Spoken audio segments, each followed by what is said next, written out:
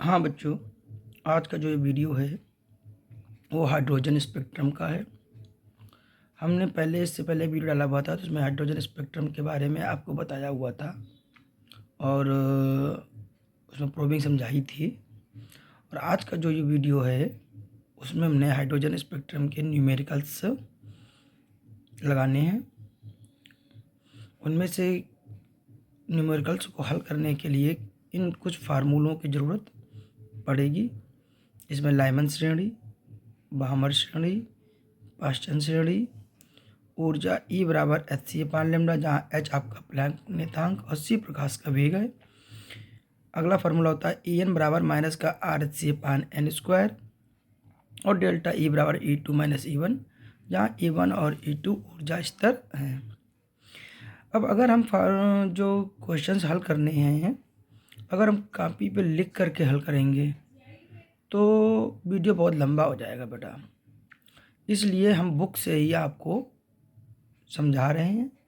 ज़रा समझने की कोशिश करना, जहाँ पे दिक्कत होगी वहाँ पे हम हल करके दिखाते रहेंगे। चलिए तो शुरू करते हैं। देखिए,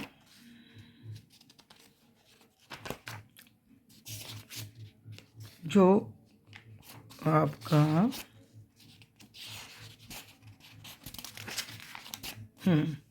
ये क्वेश्चन है, इस क्वेश्चन पे ज़रा फोकस कीजिए।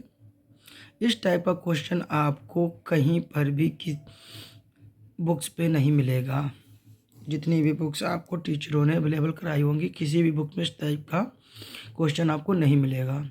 क्या लिखा हुआ है? हाइड्रोजन परमाणु के ऊर्जा स्तरों के चित्र में प्रदर्शित किया गया है। संक्रमण A, B, C तथा D हाइड्रोजन परमाणु के उत्सर्जन संक्रमण के किन श्रेणियों को प्रदर्शित करता है?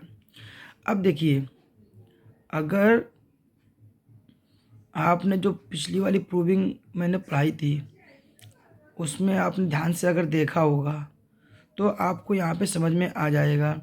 वहाँ पे क्या था, N1 से लेकर के N∞ तक लेके जाते हैं हम। जो N1 मूल होती है वो होती है लाइमन श्रेणी। क्या होती है? लाइमन श्रेणी। यानी कि जो A है ये क्या है, लाइमन श्रेणी को दिखा रहा है। फिर अगर जो हमने फार्मूले भी आप लोगों को दिखलाए हुए थे, यहाँ पे आइए जरा इन फार्मूलों में देखिए। लाइमन श्रेणी में जो N चालू हुआ वो कहाँ चालू हुआ? 1 से। कहाँ से?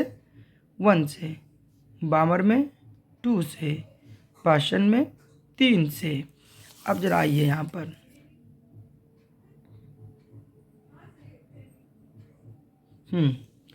N बराबर क्या आया? 1 आया। तो 1 हमने क्या भी बताया था? लाइमन के लिए। यानी कौन सी श्रेणी हो गई है? ए नंबर कौन सी हो गई? लाइमन श्रेणी। बी कहाँ चालू हुई थी? और बी वाला हमने अभी आपको बताया था कि बामर चालू होता है बी से। बामर चालू होता है N बराबर 2 से। तो N बराबर 2 से लेकर के N बराबर 5 तक ये कौन सी श्रेणी हो गई? बामर श्रेणी हो गई। और पासंद वाली चालू हुई थी किससे? सी से। कहाँ चालू हुई थी? सी से। तो सी से यहाँ से लेकर के और यहाँ तक, यानी कहाँ से? 3 से लेकर के और 5 तक, ये हो गई आपके पास पासन श्रेणी। ठीक है ना। और यहाँ पर भी देखिए डी नंबर भी कहाँ जाएगा? पासन में ही रहेगा, क्योंकि 3 से चालू हुआ और 4 पर ख़त्म हो गया।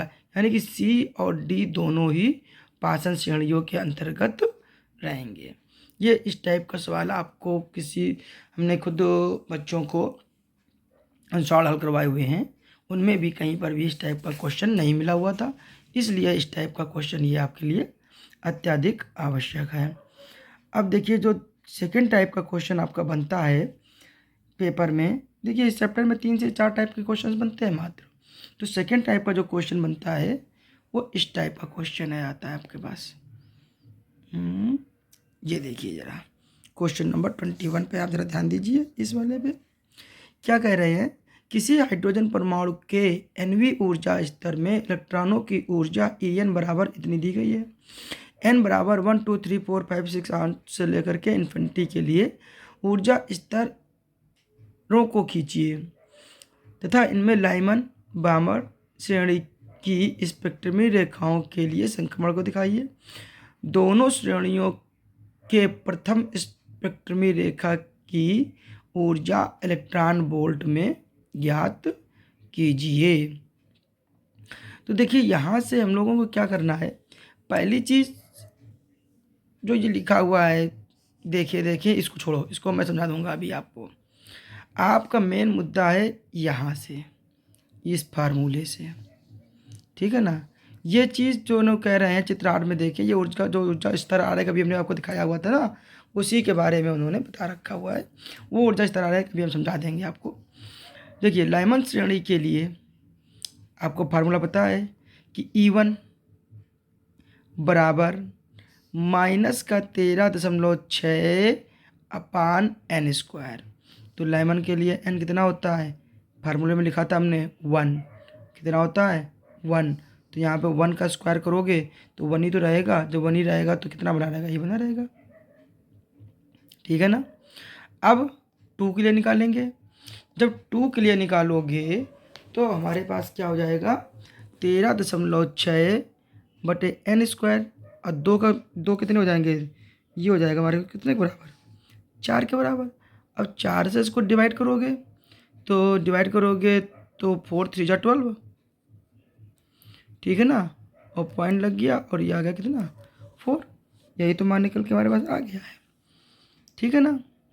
अब क्या कह रहे थे, प्रथम रेखा की ऊर्जा, जब ऊर्जा हमको निकालनी है तो आप सदैव याद रखें डेल्टा E बराबर E2 माइनस E1, अब E2 से हमारा मतलब है जो संख्या बड़ी होगी वो आगे रहेगी, माइनस छोटी वाली संख्या। अब यहाँ पे आप ज़रा देखें, एक संख्या तो ये है, एक संख्या ये है, और दूसरी संख्या ये वाली है। इन दोनों में संख्या बड़ी कौन सी है भाई, सीधी सी बात है, माइनस में जो छोटा होता है वही तो बड़ा होता है।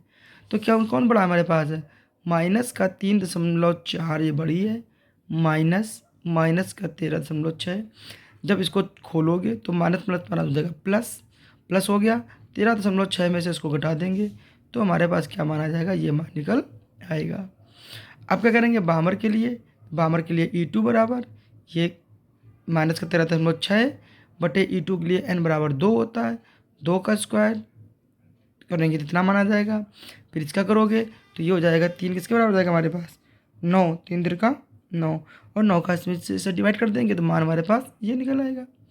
फिर ऊर्जा इस तरह निकाल लेंगे तो E बराबर क्या जाएगा E2 माइनस E1। अब देखिए यहाँ पे कितना 1 है, ये कितना है 3 है, तो बड़ा कौन सा हुआ, ये बड़ा हुआ, तो इसको लिख लिया माइनस, इसको लिख लिया, दोनों प्लस हो जाएंगे, इस वाले से घट जाएंगे, तो इतना मान हमारे पास निकल आएगा। बात क्लियर है। और यही बात इसकी ऊर्जा स्तर आरेख खींचने की, तो ऊर्जा स्तर आरेख में हमने पिछले वाले वीडियो में आपको पूरी अच्छी तरीके से समझाया हुआ है, उसमें कोई समस्या नहीं होनी चाहिए।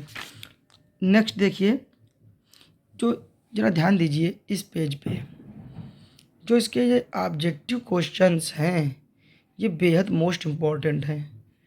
जो ये ऑब्जेक्टिव क्वेश्चंस दिए गए हुए हैं ये मोस्ट इम्पॉर्टेंट हैं। जैसे हाइड्रोजन स्पेक्ट्रम में पाषाण श्रेणियों की रेखाएं किन क्षेत्रों में पड़ती हैं, तो पाषाण वाली किस में आती हैं, अवरक्त क्षेत्र में। किस में आती हैं, अवरक्त क्षेत्र में। तो ये आपके ऑब्जेक्टिव के लिए बहुत इम्पोर्टेंट हैं।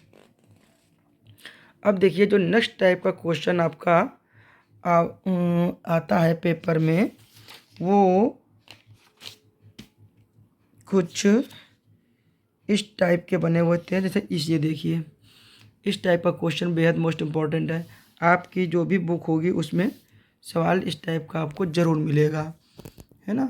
देखिए क्या कह रहे हैं, एक हाइड्रोजन परमाणु में 3 एरो 1 संक्रमण, यानी कि 3 से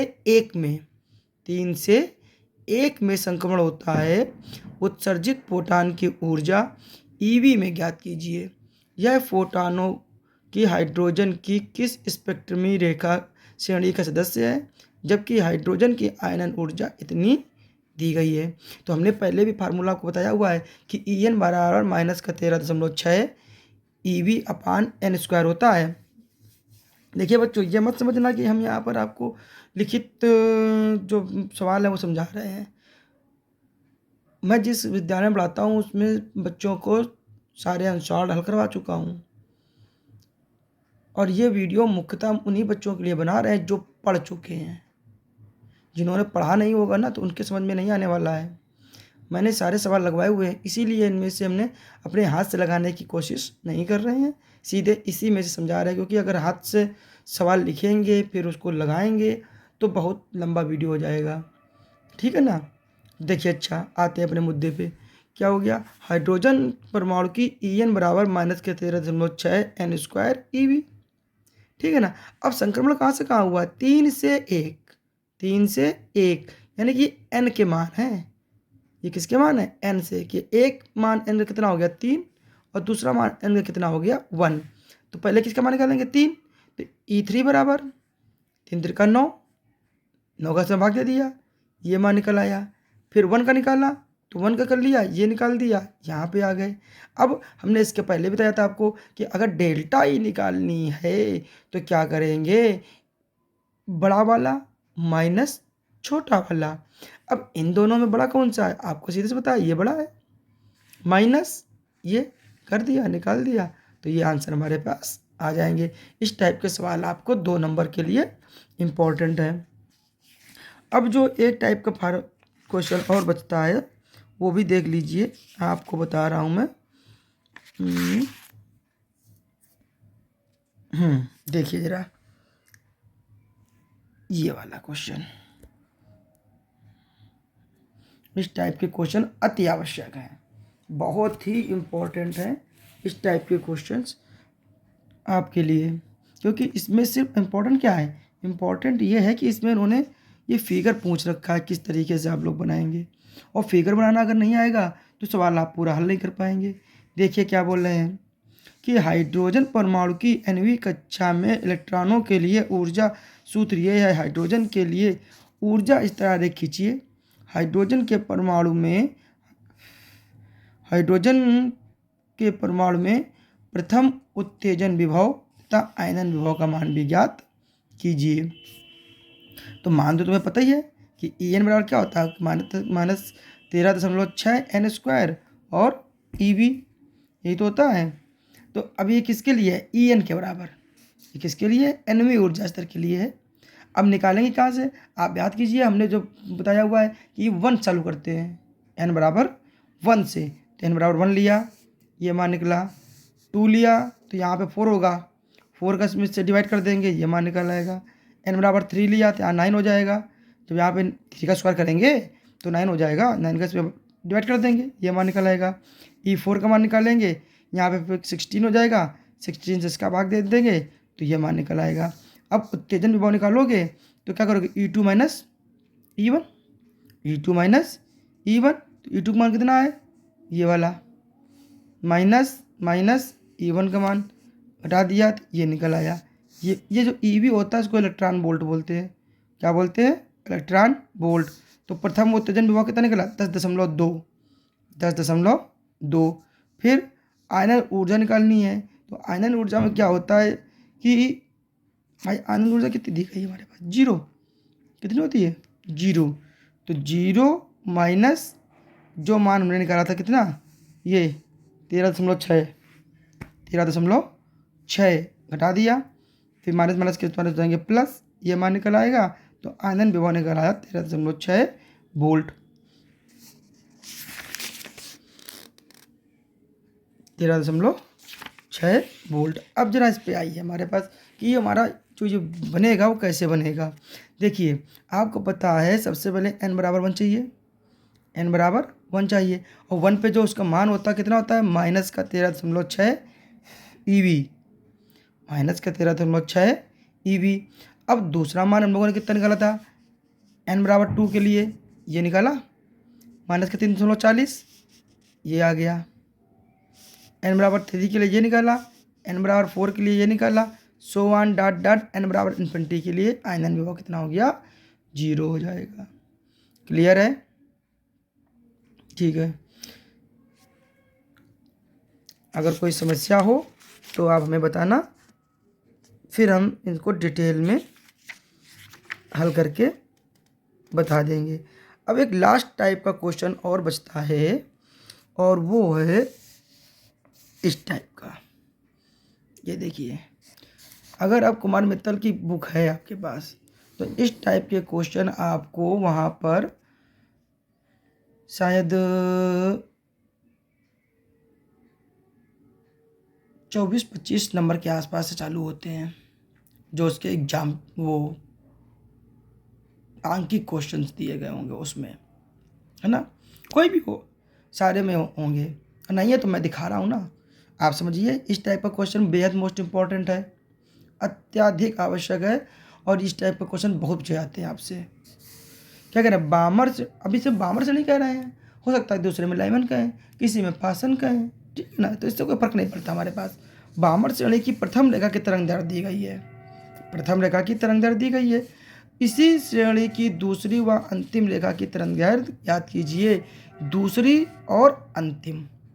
अब बामर श्रेणी के लिए जरा याद कीजिए, अभी हमने फार्मूला में बताया था आपको कि 1/λ बराबर r, और बामर कहाँ चालू होता है, 1/2 का स्क्वायर माइनस 1/3 का स्क्वायर, 1/2 का स्क्वायर माइनस 1/3 का स्क्वायर। अब देखिए जरा, अगर इसको हम लोग हल करें, r तो बाहर रहेगा, 2 दूनी 4, 3 त्रिका 9, इसका कितना मिल गया 36, तो 9 यहाँ पे आ गया और 4 यहाँ पे आ गया, यानी कितना आ गया 5r/36।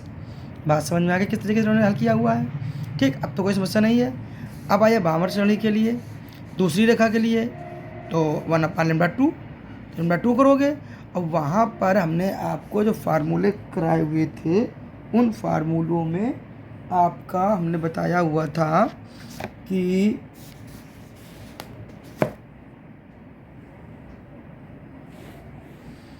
जो बामर श्रेणी के लिए आपकी लेमडा होती है, वो कहाँ चालू होती है, 3, 4, 5।